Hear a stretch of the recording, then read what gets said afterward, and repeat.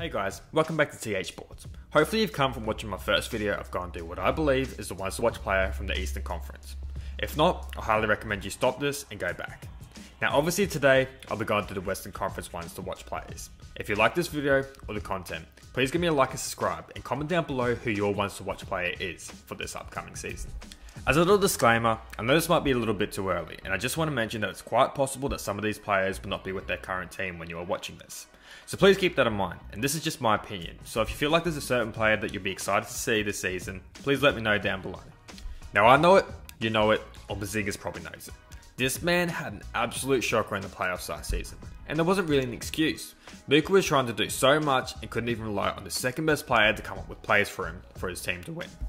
Hopefully for Bazingas, he uses this as motivation. Like how he got booed on draft night, I'd love to see him come through this adversity and use it as a way to prove people of Dallas wrong. That he's good enough to be the team's second option. If not, maybe you have to pack his bags up and find another team. Aaron Gordon didn't exactly have a bad start with the Nuggets. Actually, he filled a role that was so deeply missing, being a great lockdown defender and was able to provide some points here and there. What most notably was a problem for Gordon was the three-pointers. He shot below 26% from deep for the Nuggets, which is terrible. Although his percentages did improve to almost 40%, I still believe that he can increase this a bit more. It's not like these three-pointers are tightly contested shots where the defender gives him no room. He's literally getting open looks by the best passing big man of all time and still missing.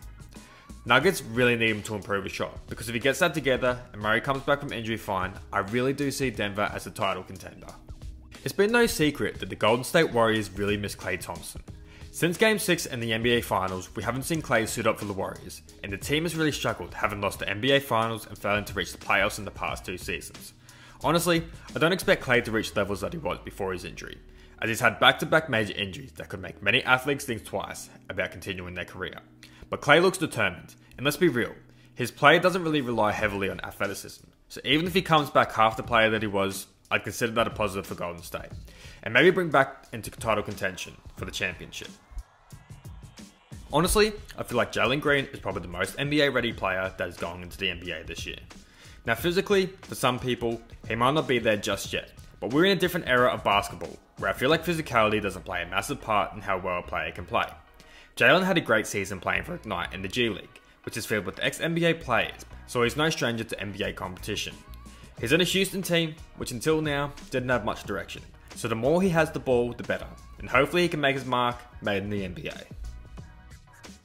Terrence Mann came absolutely out of nowhere in the playoffs last season, and is the reason why NBA final favourites Utah Jazz didn't make it any further in the playoffs.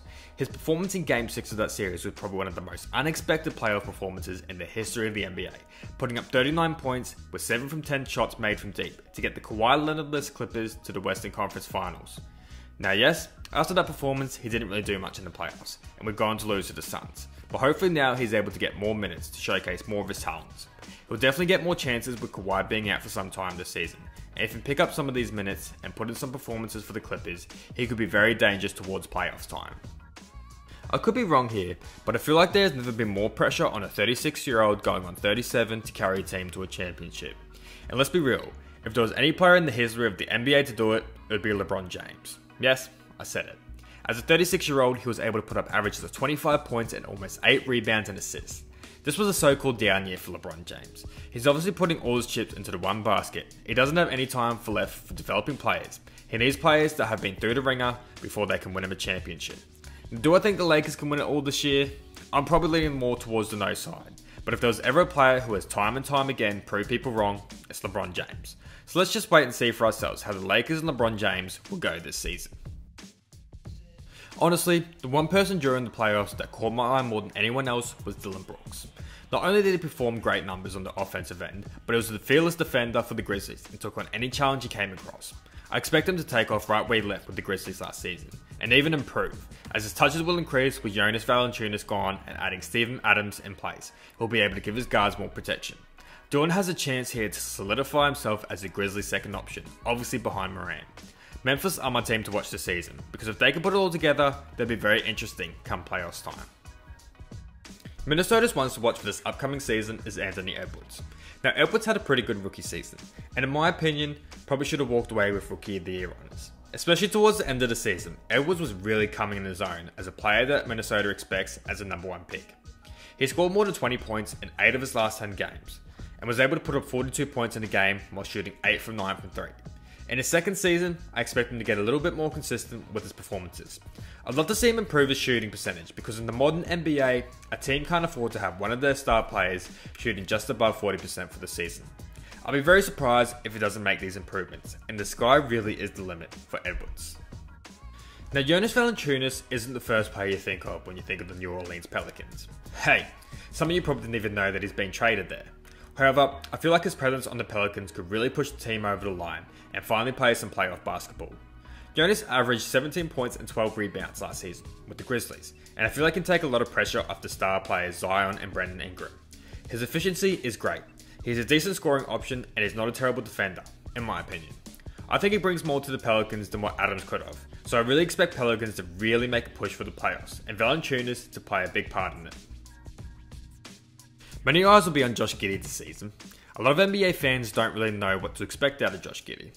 Most fans don't really watch much basketball out of NBA and US college, but I'm here to say Giddey is the real deal.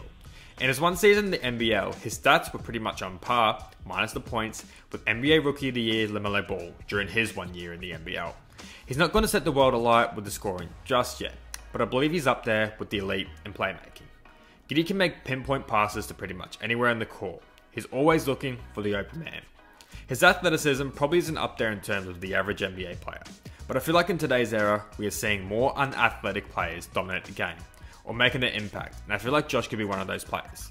Honestly, his expectations probably won't be exactly up there, considering OKC are pretty much in the rebuilding stage. But I feel like once he steps foot on the court, many people will get a real surprise.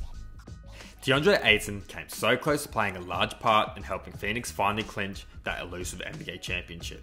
But unfortunately for Phoenix, they choked. It also didn't help that they were going up against a Greek freak on a mission. Ayton played a great role in getting Phoenix that far, and in my opinion could even take a bigger leap going into next season. He might not get the offensive numbers that people would like to see, as he's the third option, and I don't see him take over 2 all-time great offensive players in Devin Booker and Chris Paul. But defensively is where he's making a surprise impact. He took on the MVP in Nikola Jokic and made him fight for every point that series, which they would go on to sweep the Nuggets in. So if Ayton is able to showcase his high-level defense on a consistent basis, I could really see him being a potential Defensive Player of the Year candidate. I know, big call, but he's got the tools right there to do it. Who would have thought that this guy would be in this position? Marvin Bagley III was primed to be the next best power forward / center for the Sacramento Kings and was selected as the second pick in the 2018 draft, ahead of guys like Luka Doncic and Trae Young. All to lose minutes to a guy who was picked in the second round in the 2015 draft. And this is not a knock on Richaun Holmes, by the way. By the looks of things, the Kings seem to be happy with Holmes getting more minutes, but they also seem to be trying them both out, starting them. But I feel like it's time for Bagley to show the Kings why they selected him as the second pick. He really needs to pick his game up, especially defensively, which seems to be the reason why Holmes gets more minutes. He obviously has talent, and I think there'll be a season where he can show the NBA that the talent that he has isn't going to waste. Spurs are now all in on Keldon Johnson. Seriously, to trade away DeMar DeRozan, let go some other key guys like Patty Mills, so this is the freshest Spurs team we've probably seen since Duncan was drafted. Keldon showed some real promise during his second season at the Spurs, and I really do see him take an even bigger leap this season. He's coming off a gold medal Olympic campaign, and would have learnt a lot of experience from guys like Kevin Durant and Devin Booker. Offensively, he's got some ways to go, but defensively, he's already above league average. Could Spurs potentially have Kawhi Leonard 2.0? I don't think it's too far-fetched to think so, and for Spurs and Greg Popovich, they probably already believe it. Jazz in recent history for the playoffs has been so disappointing. Every year seems to be the year for them, and they choke it towards the end. If Donovan Mitchell wants to be among the greats in basketball history, then he needs to step it up this year. Now obviously, he puts up amazing numbers, and maybe I'm being too harsh on it. He did average 35 points in the playoffs last season, but who else do you point the finger at? Yeah, Conley had a horrible last 2 games against the Clippers, but he was coming off an injury, and he was getting into the twilight of career. Rudy Gobert is also a good shout, as the guy has won 3 Defensive Player of the Years, but goes a little bit missing in the playoffs every year. Is it the coaching? Whatever it is, I hope they get it sorted this season, because Jazz played great basketball, and it'd be a shame to never see this team in the NBA Finals. Norman Powell's stint with the Trailblazers after being traded from the Raptors was disappointing to say the least. He was having probably his best season so far with the Raptors, but for the Raptors, they saw this as the best time to get value out of him. They would then trade him to the Trailblazers, which would result in Powell's numbers to take a little dip. But honestly, this is probably to be expected, as coming to a new team can be a challenge for some players. Learning new plays, getting used to new coaches and players. You'd almost expect this to happen. But I don't expect the numbers to drop again this season. Powell will now have a full preseason under his belt. He's already played a few games with the Trailblazers. He doesn't have any excuses this season, and hopefully, he won't need them. Like always, thank you guys for sticking around to watch this video. It would mean so much if you guys could like this video and subscribe to my channel. And here's Moran. If you don't want to do that, Anderson on the break with below who your want to watch player is for this upcoming season. Thanks for watching, and have a good one.